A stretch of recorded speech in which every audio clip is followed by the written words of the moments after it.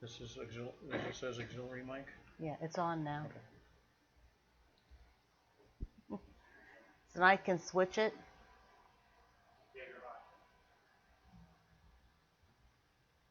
Hi, everybody. It's Chat with Pat Sloan on Thursday night. Thanks for being here. I hope you saw the notices I put out. If not, you're watching this on a rerun. So I'm really glad you're here.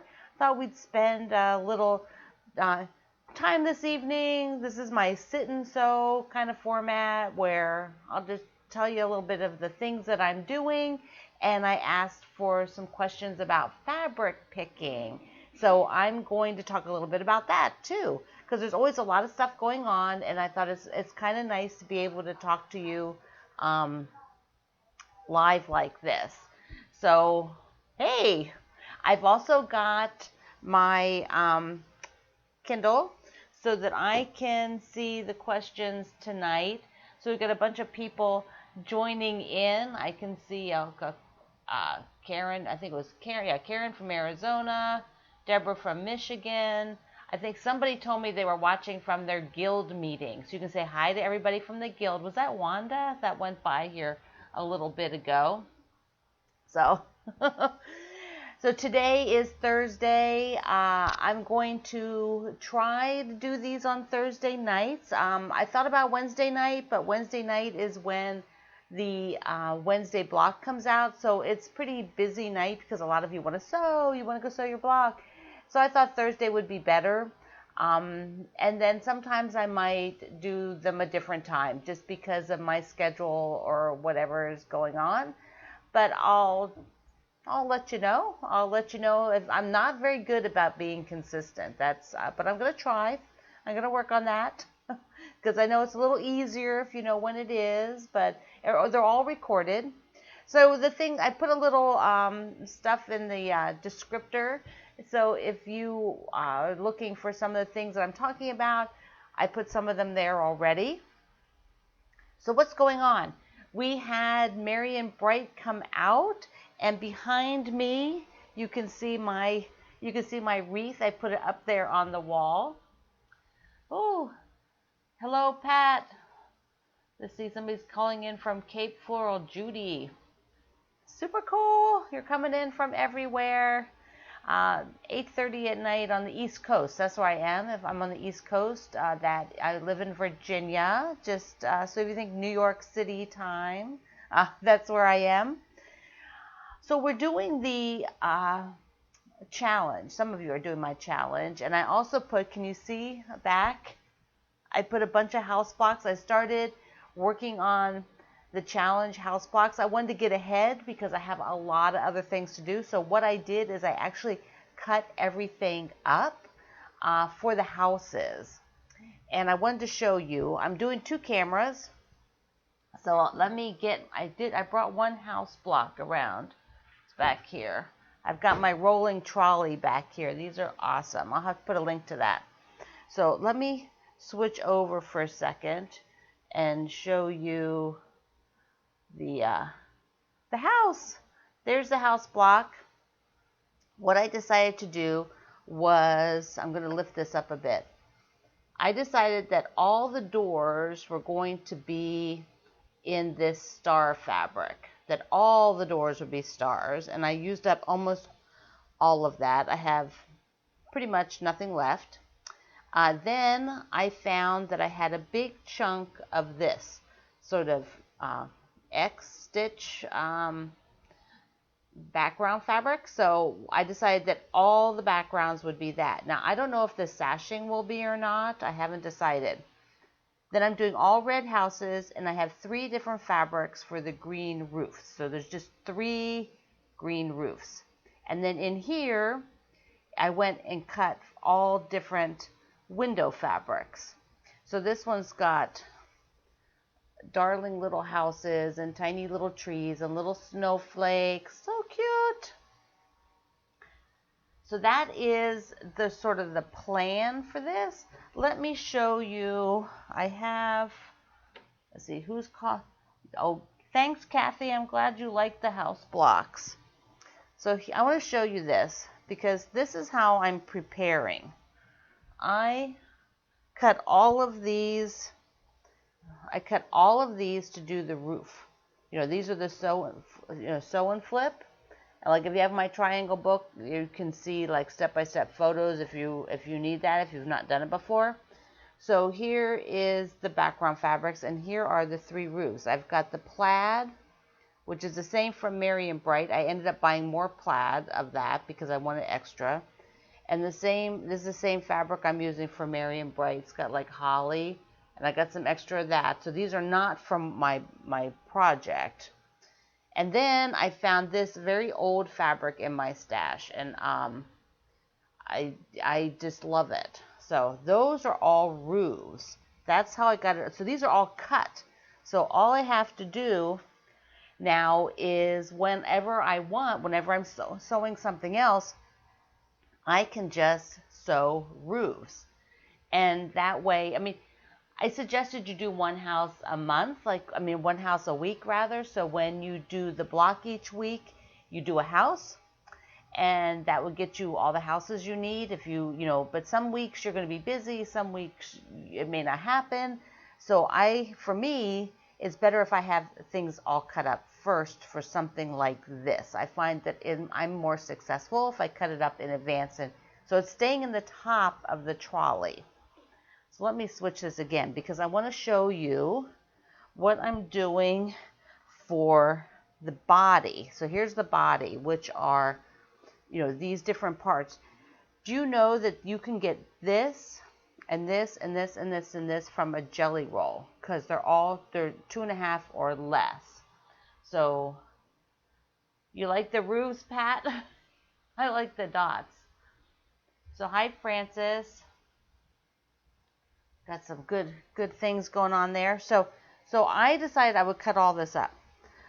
So I did that. Let me switch this over here. So I have this whole stack. So see? There we go. So I have this whole stack all ready to go by house.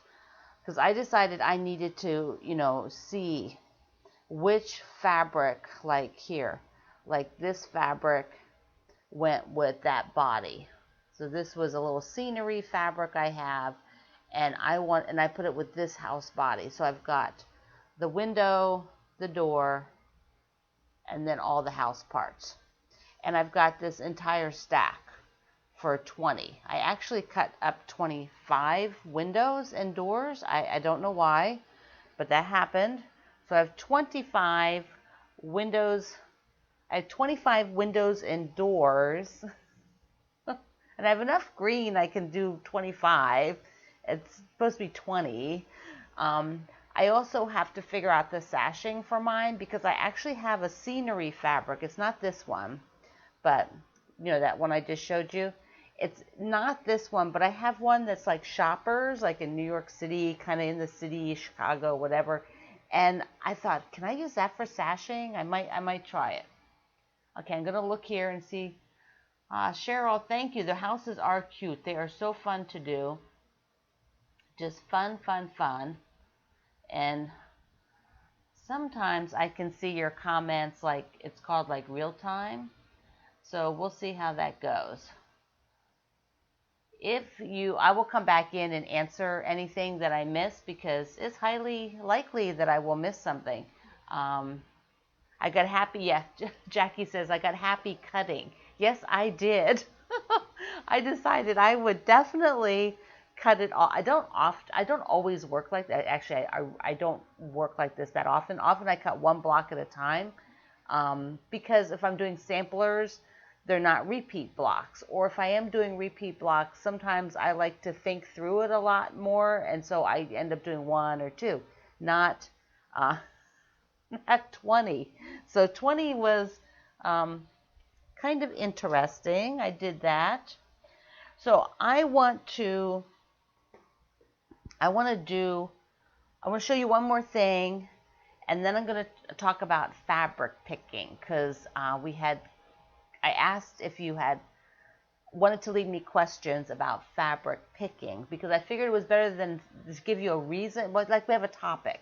I thought maybe on Thursday night chats every so often I'll do a theme question so that I answer things that are sort of all gathered together under a theme.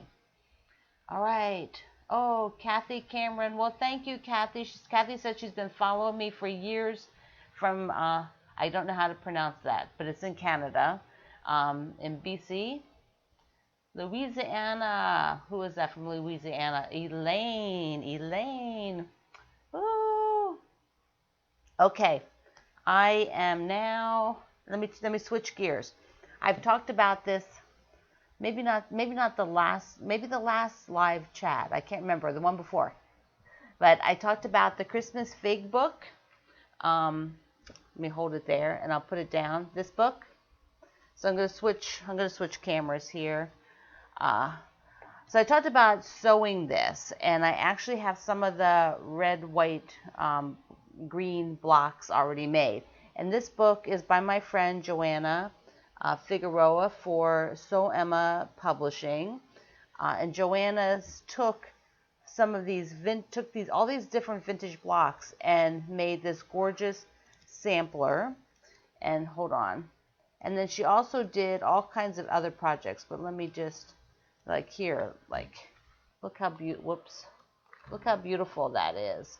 I am in love with this quilt. As soon as I saw Joanna's pictures, I was like, I need to make this quilt. So I thought, not only does these are traditional blocks. They're not really Christmas blocks. So that's awesome. They're in Christmassy colors, but I decided that I want to do it again in blue and cream. So I'm going to host a sew along, and I'm going to have the post up either tomorrow, Friday, late in the afternoon, or check for it on Saturday. It depends on, I'm waiting on a little information. And I'll link to you about what I'm going to do, how it's going to run. It'll be for 10 months, and you do 2 blocks a month from the book. So you have to have this book. And it's an awesome book. There's also 10 other projects in it. It is going to be so cool when it's done. It's a big quilt, so you can actually put it on a bed or like really drape it, on your sofa. It's gorgeous. It's going to be gorgeous in the blue. So when I do a project like this, you're using the same fabric for the background. For this sampler, the question was, would I use the same fabric for the background? Yes. In a sampler like this, if I want that look, okay, you can't see it. Let me do this. I'm going to switch. Question for fabric. For a quilt like this, if I wanted this look, would I use the same fabric in the backgrounds? Yes. Unlike if you did my solstice, where I use lots of different fabrics and it has a much different look to it, this is very crisp. And it's crisp because of the light colors back here. Like it's crisp because it's cream and it's all the same solid fabric. It's actually, is it a solid? Yes. I think it may have a little something on it for that particular one. But you can do this from your stash. You could do all kinds of reds, all kinds of greens, and, mix those up. But the background being the same will give you this look. And, that's a way to dissect what you're looking at and determine if how you reproduce that feel of a project. It's like when you look at it and you think, oh, it's so crisp, it looks so great. Well, when you look at a block, like if you look like it, any of the blocks, let's take, here, my finger's on the wrong side. Let's take this one, or just the easy one, the little 9 patches. All the background behind them is the same as the sashings. And all the background behind this is the same. Those are all the same fabric. That's why it gives that sort of floating look and that crispness. If you had different fabrics, it would feel very, very different. It would look more like my solstice. So if you go to I Love to Make Quilts, and you look at the solstice quilt, there's all different fabrics used. So it has a much more textury look to it, particularly since I didn't use all tonals. Okay, now I'm going to, let's see.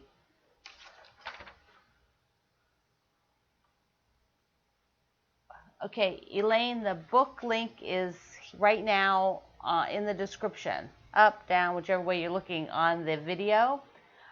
So it's right there in the text part that I wrote already before I started. All right, so Dorothy, if you don't have sound, look at your system. Okay, so I am going to talk a little bit about some fabric picking things. I asked you to leave me some questions based on, what is it you want to know about the process of fabric selection. I just touched on it there with Jackie's really, really good question. Some of the questions would need like a whole class. So, but I'm going to just touch on a few things, and then eventually I'm going to switch to the other camera, and I have some fabric here, and I'm going to lay it out to sort of talk about it. Let's see, one of the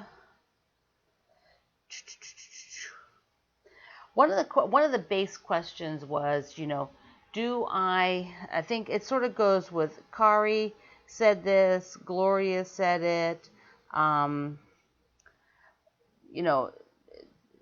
Diane said it. There was a bunch of people asking, how do you get the balance in the block? How do you get the feel of the block? Like, do you use a color wheel? How do you get the different, contrast of intensity of color? And that's all very sciencey to me. So honestly, I don't do anything like that. I don't do any kind of analysis. I do things by what I call auditioning.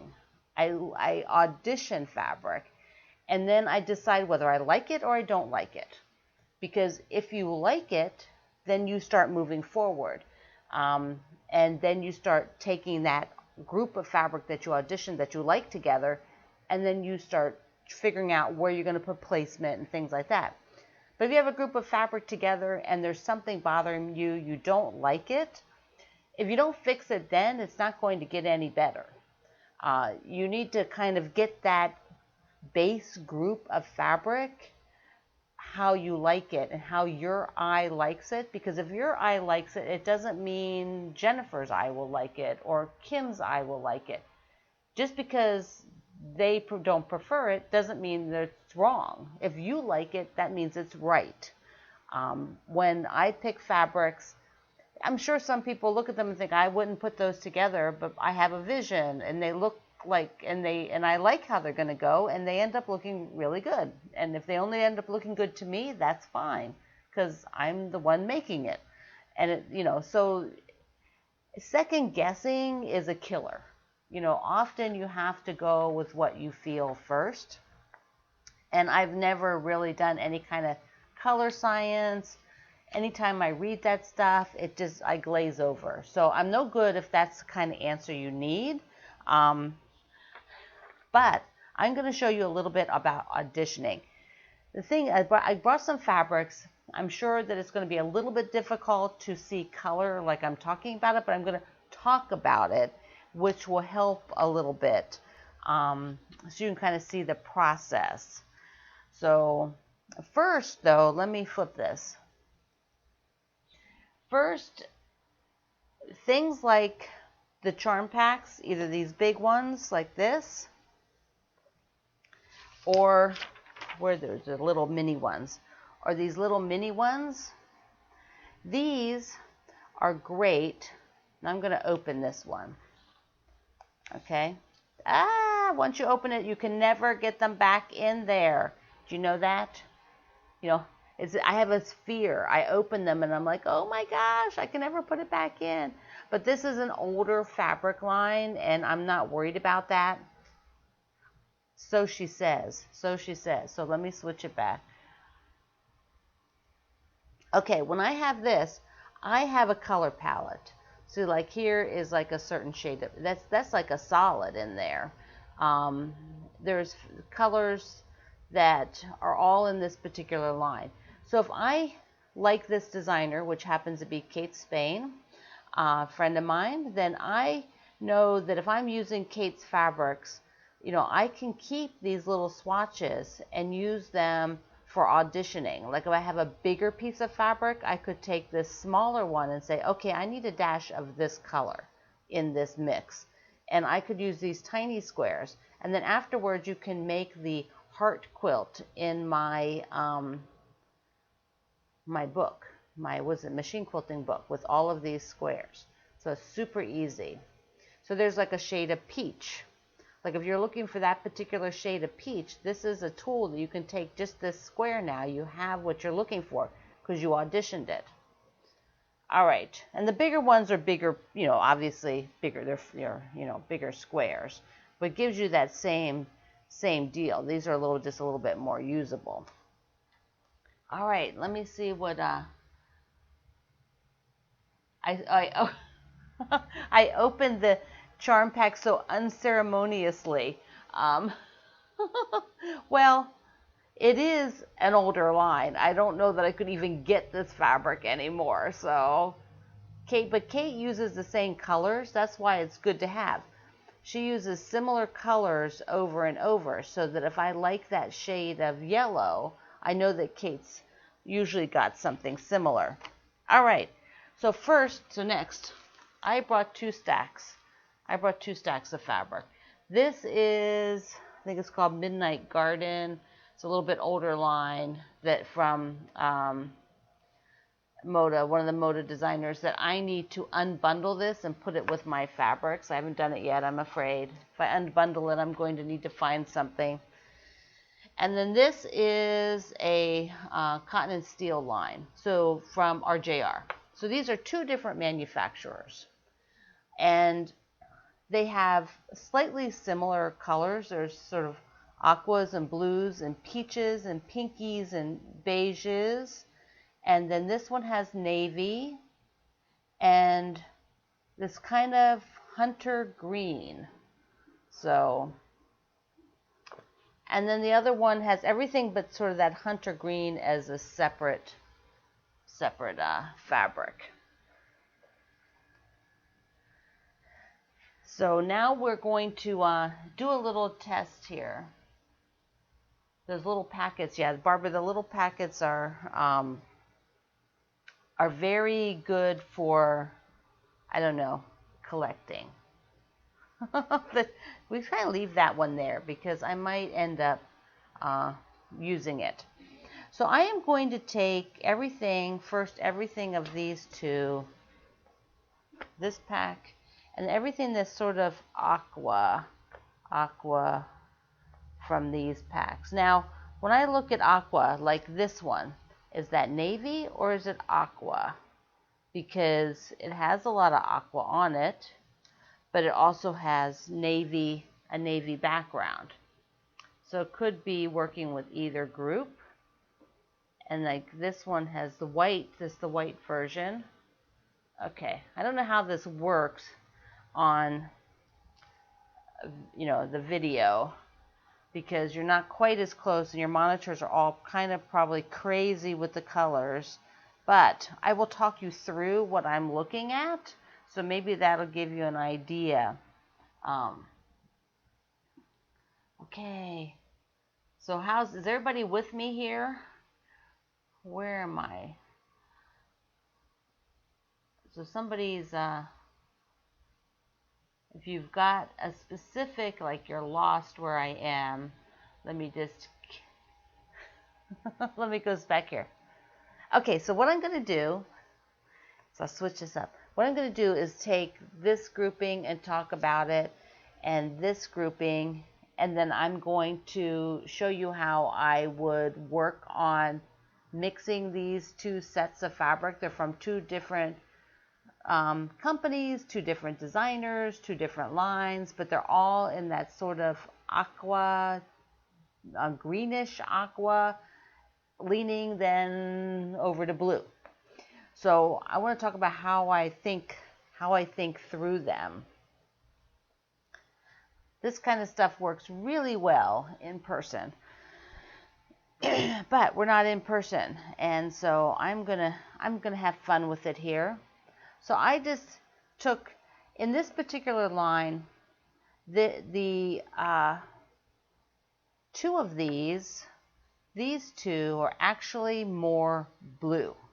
They're more like light blue. Like think of this one. They're watery, right? Because they're like beach scenes. This is Amalfi.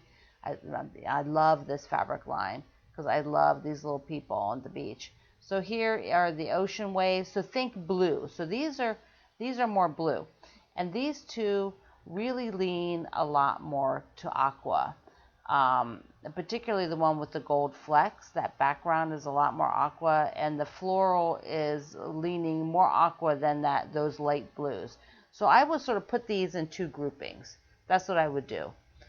Because both of them need more friends. If I'm doing something scrappy, I don't want to have just these two. Even though they came from the same fabric line, I would prefer to have them, mixed up a little bit different. So if I'm going to take the light blue ones away, then if I start putting these aquas, you can see now, I'm going to switch it here. Let's see if you can see now that the one floral, that floral now starts to look a lot more blue in person, because the rest of these have more green. They're more green looking. So if I wanted to add all those in, I would need some helper fabrics to get that blue sort of blending over towards aqua, a little bit better. Like it would need sort of like some transition fabrics. So that's how I would play around with the stacks. Now, if I were to grab some of these, I brought a bunch just from my bin. See, I'm going to stick these here. I got to transition them here.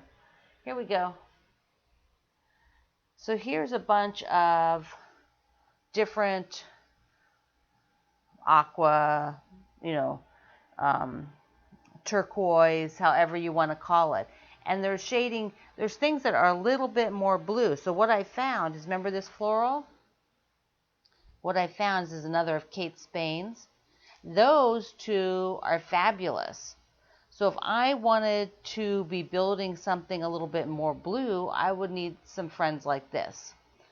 Versus this one, which is very, very pale, sort of minty aqua.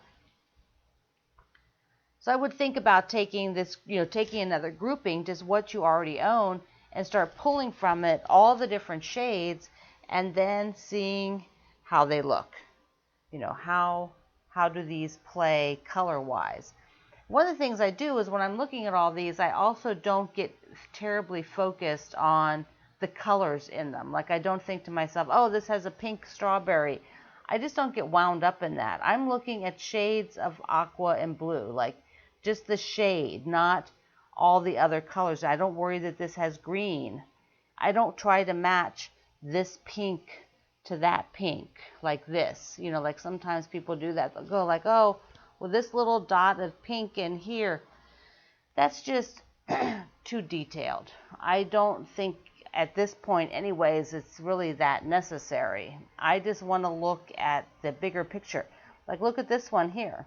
Look how big this floral is.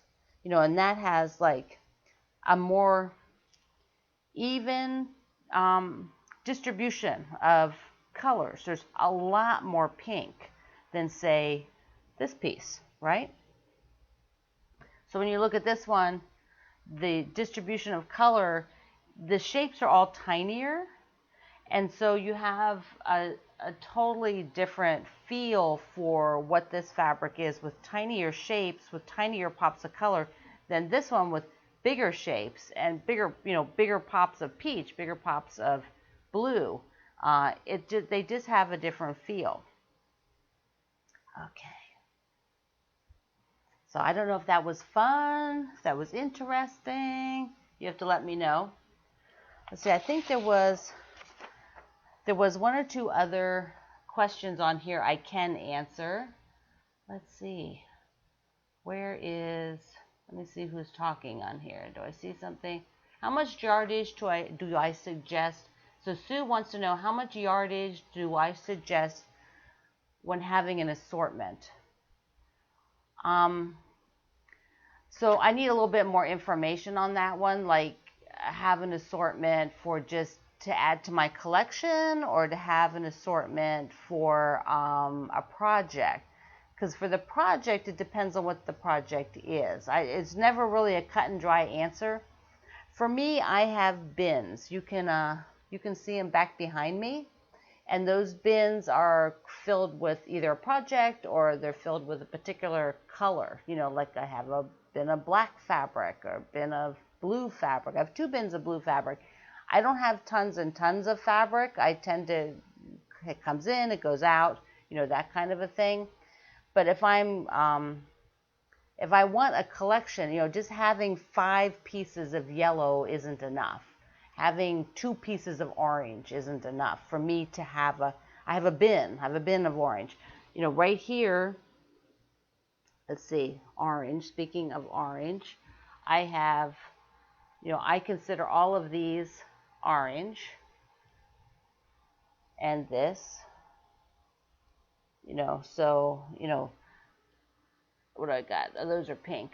But there's, you know, these are things that would be in my, probably be in my orange bin.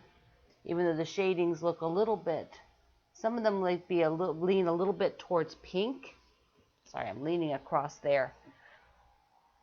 Get right up in the camera there, didn't I? Okay. So you said that was okay. Okay. Oh, so Sue says, so in the teal, like if I had teal, I have a bin of teal. Sometimes I buy teal, I might buy 3 yards of something and then whatever left is in there. And then the next time I might buy just a fat quarter, or like a bundle comes like this. You know, I get a bundle and they're fat quarters, so those fat quarters go in. But my bin, I don't know how much is in it because it really depends on how big the fabrics are. There might be a fat 1/8 in there, which is half of that. Or there might be a 1 yard piece.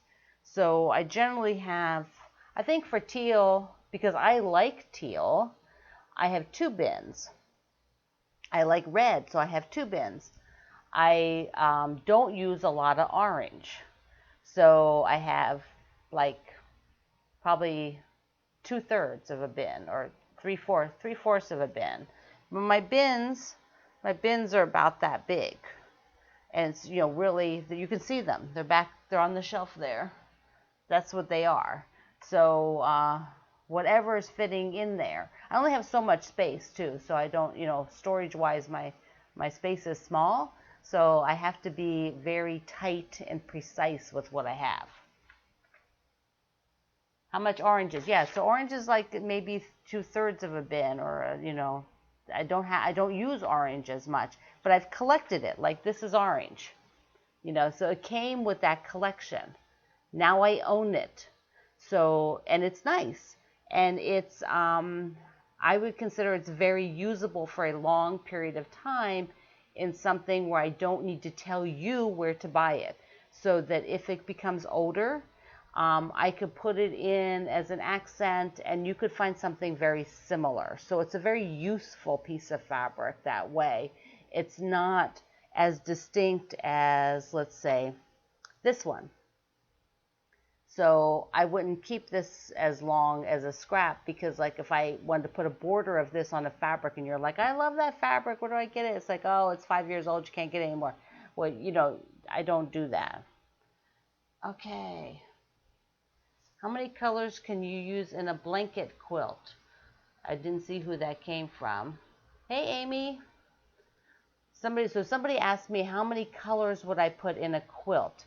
And that, again, you'd have to show me the quilt pattern, the size of the quilt, the size of the pieces. So it varies tremendously how many colors I could fit in there. If I'm doing something like the houses, where'd they go? You know, the houses, there are 20 different red fabrics, because each red, I used a different red. I didn't use the same, so there's 20 reds. and they're not identical reds. So that would be an answer for this particular block with 20 houses. I used 20 red fabrics.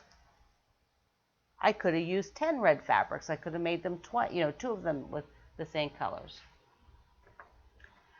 I didn't see who asked this, but I caught the question, do I keep my bundles together? These bundles.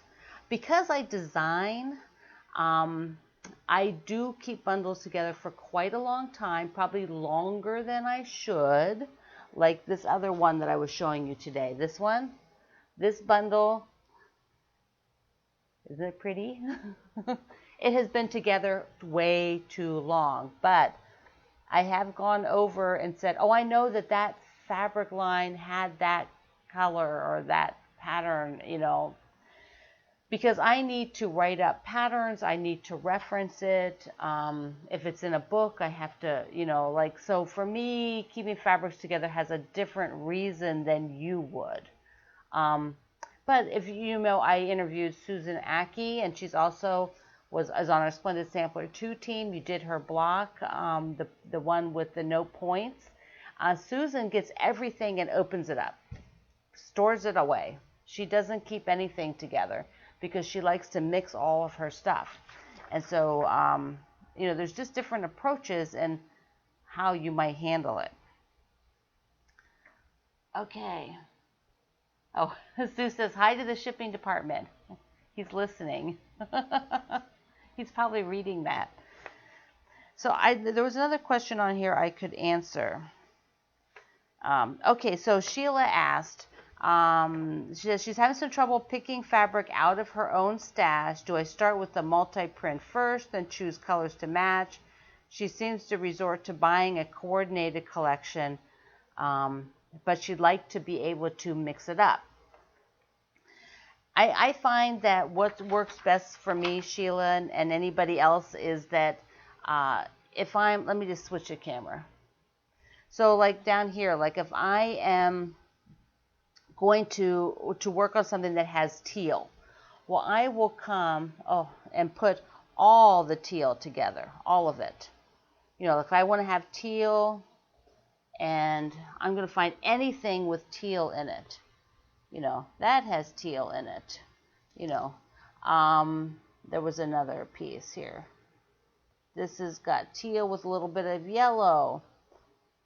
These have teal. I'm going to get all of this out here. So those are navies. And then I would have this big pile of teal fabric, and it might have some be more white, some are much darker, like this has a navy background.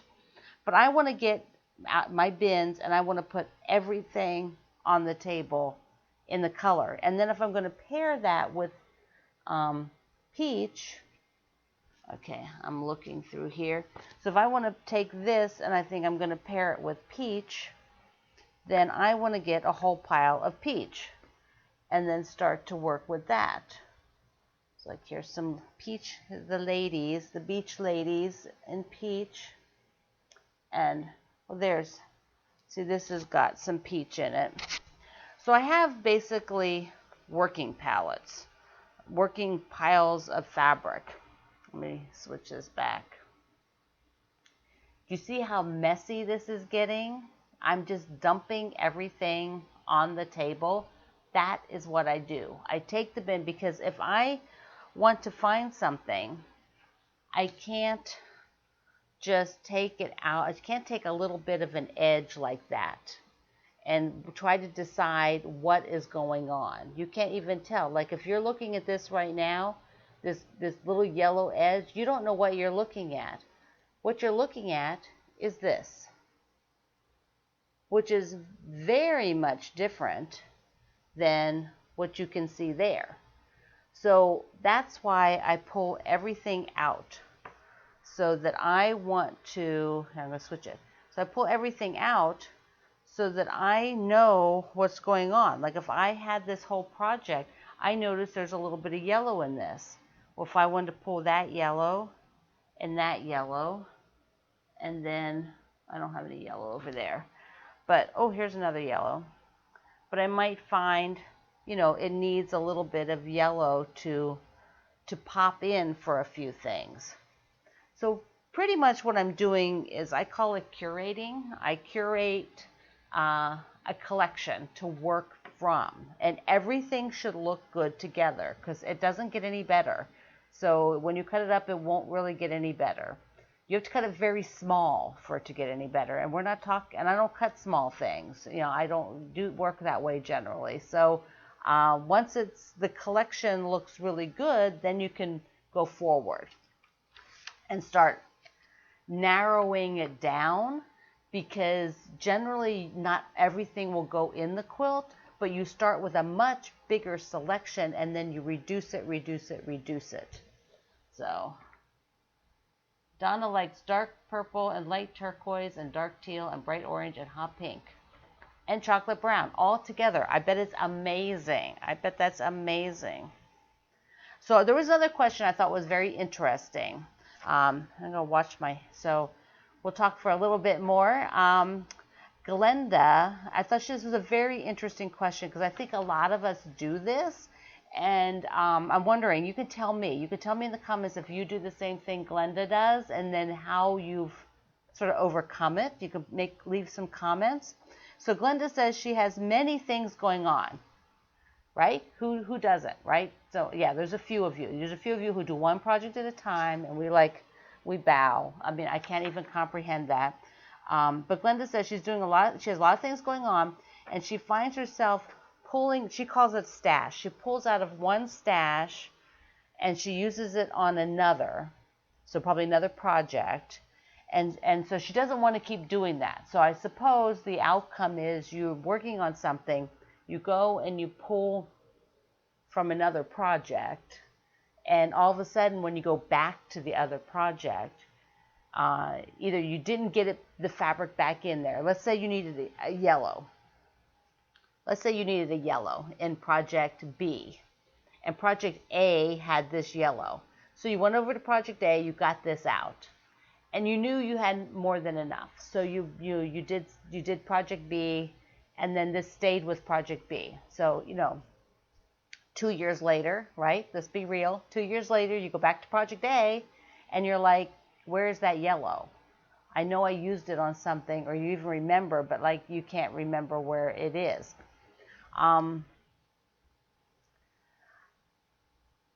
So there'd be a couple of things. If you really do like to keep large groups of fabric by project, like you have a big stack that's potentially project A, maybe you haven't even worked on it yet. If you do need to pull this, just be like a mission. Like a mission is to pull this, cut what you need, and put it back in A. Don't leave it ever sit. Stand at project A and cut it, if that is the only way that'll keep you from not forgetting. Because the big thing is we're working, and it's easy to even maybe forget which piece it was that you borrowed. And if you're borrowing a lot of pieces, it gets even more so. But I would say that you need to really sort of focus on just get what you need and put it back. I like to actually work very tidy, and that way my mind isn't cluttered. I have cleanish surfaces, but pretty clean. When they start to get piles, I can't work, because I need to have space. I need to be able to think. I need to be able to see what I'm doing. So maybe that'll help you if you really need to keep things in different groupings. If you need to borrow, just put it back immediately. Okay. Oh, I know the other question that was on here was Kim asked, was there actually a formula for color selection? Not that I know of. I mean, there are color theories, and there's a lot of science, and there's a lot of things you can read. But for me, it's all about looking at what I have and seeing what looks right and what doesn't look right. If something doesn't look right, I'll start removing. Usually, if it doesn't look right, there's either too many colors or too many fabrics or something. So try reducing the colors. That's often in a big project where I find you get the best impact, if it's not looking right. Those are some suggestions. Oh, good. Diana can't work in clutter either. I'm not alone. Yeah, so a lot of people, when there's some comments there, that if you are working in have one project all together, just don't ever pull from it. And I know that that's a really good plan, but occasionally, like, we have to, right? Because it's like 2 o'clock in the morning and you want that piece of fabric. So, yeah, sometimes you have to have plan B on how to be sure you get that all back together. All right. So I hope you had fun. If you have some other questions, just leave them there, and I'll go back through and look at them. This is a Thursday night chat with Pat Sloan. If you are watching this on my business page, I also have a Facebook group called Quilt Along with Pat Sloan. And if you want to join that, it's very active and very fun. If you're on my group, my business page is my name, Pat Sloan. And over there, I tend to share other creative things besides quilt making. If I find a really cool video on creativity, I share a lot of other things over there that I don't put into our group because our group stays really on project related. But I have sometimes motivational stuff. I'm actually going to switch it up some so that my business page has a more inspirational, like, motivational and, any creativity things. Also, like, I also garden and I sometimes crochet, things like that.